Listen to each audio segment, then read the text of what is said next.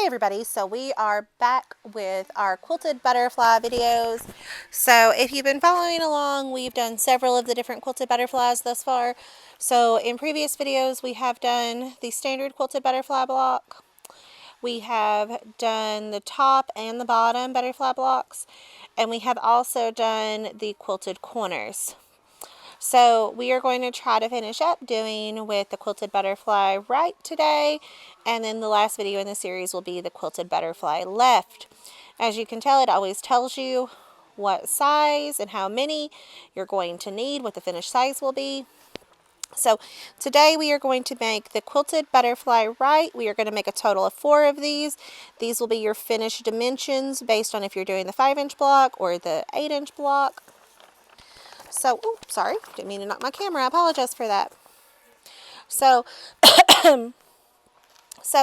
just like in previous blocks, they are going to want you to take, and you would normally have one big square, and they're going to want you to slice it up the middle in order to make a half square triangle. So the only difference between this one and the left one is that the butterfly will be flipped accordingly. So here in the instructions when you are doing the cutting for these, so we are going to be referring to the top, bottom, left, and right. I think we've addressed this in a previous video, but we'll go ahead and address it again. And the top, left, right, and bottom. So here it's talking about how you're going to cut your background square, either 10 by 10 or 6.5 by 6.5. And where I cut these into half square triangles, I do usually cut my initial block a little bit larger. So if it's telling me to do like a 10 by 10, I may do a 10.5, I may do an 11. And the same thing with a 6.5, I would do at least 7 inches, just to give myself some wiggle room, because we're going to cut down at the end of the day. Because when you're doing it on the bias, you can get a little funky on you. So allowing an extra little bit is good. So if you are going to be working with the optional back, you will want to have some Vanish Light on hand as well. We do not use the optional wool, and instead of Battle Laser, we use no show mesh and regular cotton or cotton poly blend batting. So that's what I have here. I have my cotton poly blend batting, and then I have my half square triangle fabrics cut as well. And when I'm cutting those, I cut these where they're using Battle Laser. I cut them to the same size that I would cut my background fabric with, so I know for sure it fits. Or you can use Battle Laser, but I'm using no show mesh stabilizer, and I'm using 100% cotton or cotton poly blend batting. And again, we are going to be making a grand total of 4 of these. So if you have at least an 8x8 hoop, one of these will fit at a time. I am using a larger hoop, so we are going to be working, and I'm just going to give you an idea of how to put 2 in a hoop together. So bear with me. We're going to pivot over. Oh, I didn't mention our threads. I quilt everything in both layouts in ES 165 because it matches my background perfectly, and I'm doing all my butterflies in exquisite thread color number 392. So let's pivot over to our machine. Let me grab all my goodies and we'll slide over here. Let's get this situated. Okay, here we are.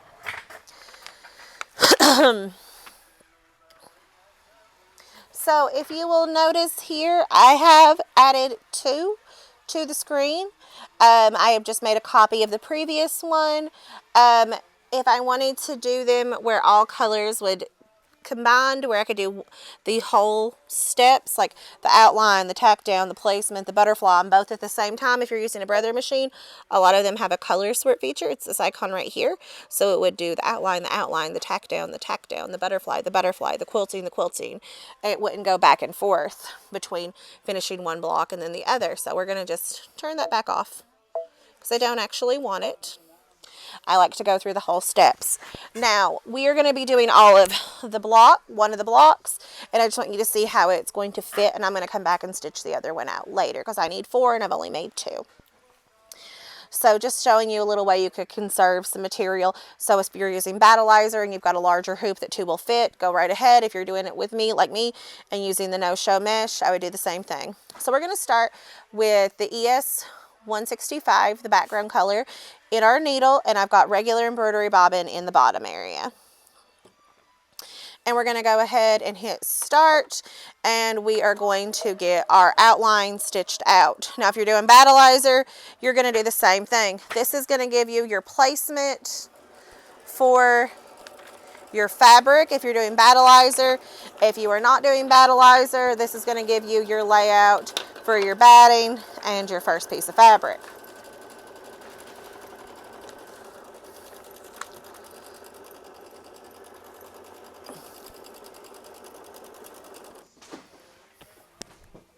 So I'm going to go ahead and I'm going to lay down my first piece of material, which is my batting. I've cut it into a half square triangle. Now, if you are using battleizer, you do not need to do what I'm doing. So I'm going to go back and repeat step 1, because we are actually going to skip over machine stitch step 2. Why, you may ask? Well, machine stitch step 1 is just going to tack this piece of batting down, which is what I want. And I'm not going to sew machine stitch step 2 at all because of one very good reason. I am not adding the optional wool. You only do machine stitch step 2 if you are adding the optional wool batting, which I am not doing. So I just want to stitch this down. So I'm repeating machine stitch step 1. You could go ahead and do machine stitch step 2. The only thing is it does a heavy zigzag stitch. I believe I've shown that in a previous video if you would like to see what that looks like. But it just does a zigzag stitch. And I feel like if I need to trim off any excess, it's easier for me to trim it with the straight stitch versus the zigzag. But to each their own. Neither is wrong. There's more than one way to get from point A to point B. So you make that decision for yourself. So if there's a lot of overhang on your batting, you want to go ahead and trim it down just so it's not going to add bulk. Now, if you were doing optional wool, you would go ahead and add it here. If you are not doing the optional wool, you're going to do like I am, and I'm going to skip machine stitch step 2. If you are adding wool, lay your wool down on top of this. I would recommend definitely to tape it because it's going to be some thickness. Wool is a little bit loftier than a lot of materials. And then go ahead and sew machine stitch step 2, and it'll zigzag stitch that down for you.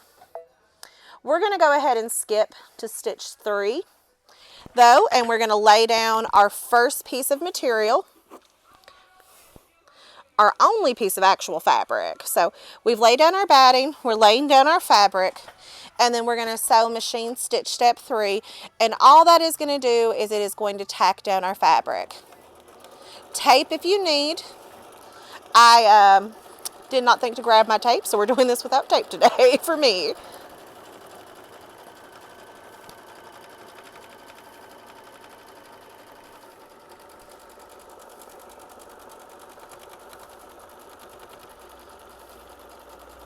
Perfect. So now that it has went ahead and added our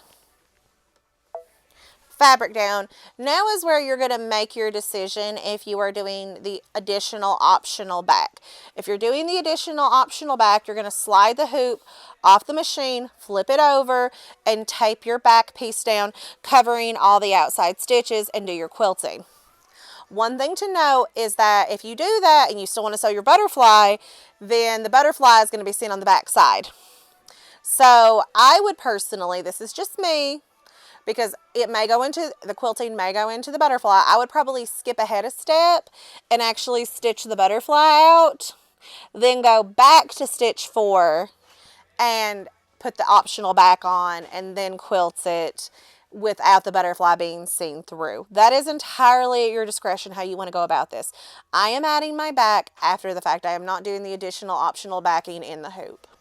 So we are going to proceed with step 4, and we are going to quilt that. But it does talk about in the instructions how they recommend you what threads to use, when to change your bobbin, because that is very important, knowing when to change your bobbin. So if you are doing the optional vanish light, if you are doing the optional attachment of the back to quilt it as you go, you do need to follow the steps that they recommend as for what threads you need to have in there, and they are very clearly laid out in your instructions. So keep that in mind. So the quilting takes just a few minutes to stitch out. It's not very long. I think for both of these, there's a grand total of 10 steps. So, and for both of them, it says it's going to take 18 minutes to stitch out. So let's divide that and say it's going to take 9 minutes. And there's just a little over 5,000 stitches per block. So you could easily do these very quickly. This would be just something you could do in about a half hour to an hour if you've not got your prep done.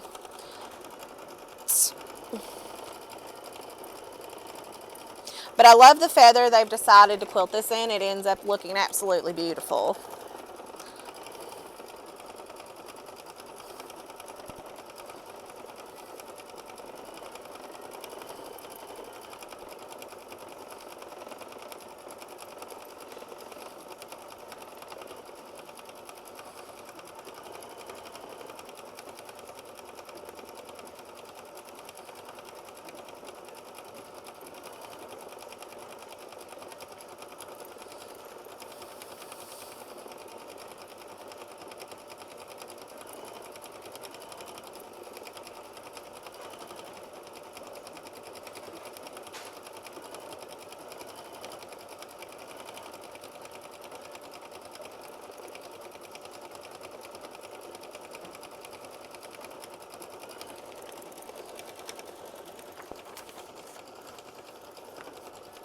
And I think I've mentioned this before, but I like to mention it as I go.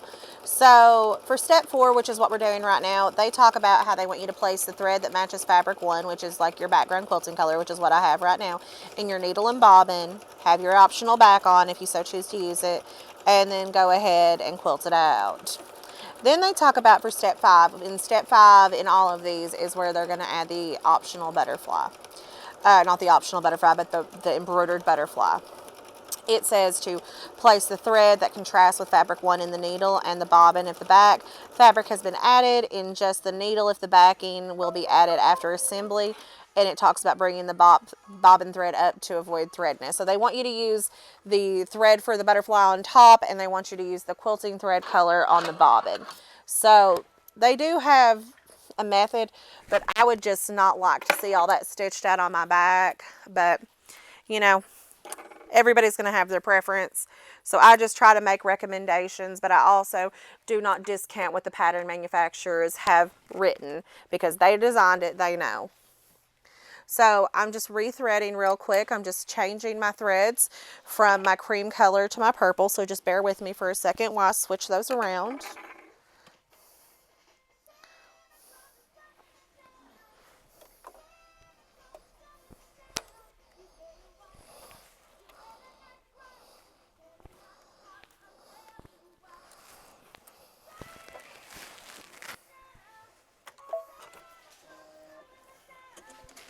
Okay, so now you're going to do the very last step. And again, we've talked about all the suggestions that I have for, you know, stitching out the butterfly if you're doing the optional back and how the pattern manufacturer recommends. But I am adding the back after everything is done. That is my preferred method when I do Quilt As You Go. And everybody has their own preference, and that is okay. There, again, is more than one way to get from point A to point B. But we're going to stitch this out. We're going to let the butterfly do its thing. It always starts by doing all like the chain stitching, which is just a forward-backward stitch. It does all this really nice thick detailing through the body of the butterfly, the antenna, and all that good stuff. But it's going to do the wings, all the chain stitching. Then it will switch to doing the little balls on the antenna, which will be a satin stitch. And of course, it always does a very pretty cross-hatch stitch for the body of the actual butterfly. And as you can see here, I've left myself plenty of space. So when I go ahead to do the second block, I have plenty of room on my hoop to do that. So if you have a larger embroidery hoop, like if you have the Brother Avenir or Luminaire, or if you have the Janome CM17, or just like a larger hoop that exceeds 8 inches twice, well, 7 3/4 twice, you can fit 2 per hooping. So I don't know about other brands because I'm not familiar with them. But like I said, as long as they'll fit, do it to it. You can even rotate them, the designs in the hoop, if it helps you get them closer together. I know that if you have a like maybe a 9.5 is your widest width and your longest length, and you could probably rotate one of the blocks in order to get it fit, where we would just take this block here and rotate it and bring them closer together in order to get them to fit. You'd still want to leave at least a finger's width between them in order to cut them apart and to make sure there was no overlap of the stitching when you sew. So that's just something I want to point out, that you can also get two in a block with a smaller hoop if you're willing to rotate the block, and it will still fit correctly. So again, let's talk about this. So after we're done with the video here, I'm going to go ahead and stitch out my second block. So let me grab the blocks while it finishes stitching out. So now it's going to come up, before we move, I'm going to let it do its thing. It's going to move up here. It's going to do a quick satin stitch of the antenna. It seems to be doing this. I've not finished off the other butterflies yet, but on all the ones we've done so far, it does this every time, so I'm going to assume it's going to remain consistent. But in between hoopings, be sure you're checking your bobbins and making sure you've got a decent amount of bobbin, because it would be a real pain in the bum if you have to go back and forth and switch bobbins out and it runs out on you. So again, chain stitch of the wings, satin stitch of the antenna, and then it's going to do that heavy cross fill stitch for the body of the actual butterfly. So it's got about 1,000 stitches to go. So while we do that, we're going to pan back over here real quick, and we're going to talk about the finished blocks. So depending on what you've decided to do, just keep it consistent. You're going to trim either a 1/2 inch away or a 1/4 inch away. And if you've got all this residual bulk inside, you may want to remove that if you've not been trimming as you go. I do promise, I've said it in a lot of videos, I am going to show how to use the Trimmer by George ruler that they recommend. It talks about reducing bulk inside the seams, but I promise we will do that at some point. So you're going to make, again, a grand total of 4 of these, and it gives it that nice trapunto look, and I absolutely love that butterfly body detail. It's absolutely gorgeous. But I like the mix of different stitches that they use for these butterfly blocks. So if you are doing the 4-patch layout, I should have started by saying this earlier in the video, but if you are doing the 4-patch layout, you do not make any of the butterfly blocks. No, ma'am. You will only be making 4 of each block. You are only doing the butterfly blocks if you are doing the quilted butterfly on point layout. So it is entirely at your discretion. If you are coming to class and you are stitching along with us in class, you will be given the option to do either layout or both layouts, whatever your preference is. But if you have the designs in month 1, we will give you all the quilted butterfly blocks as well as block 1. So everybody should have those and their instructions to follow along with, as well as these videos for our embroidery club this year.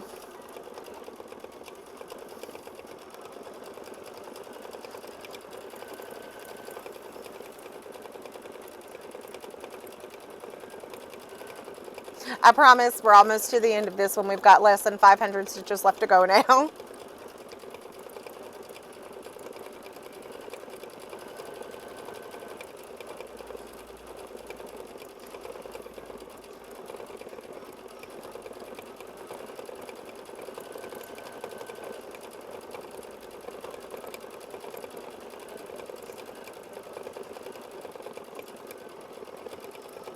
And one thing I also should have mentioned is I'm using a 9014 embroidery needle, and that I am doing all of my blocks in the 8-inch size, but there is the 5-inch option as well. So don't forget that, whatever you have the hoop size to fit, or whatever your preference is on the size of the project.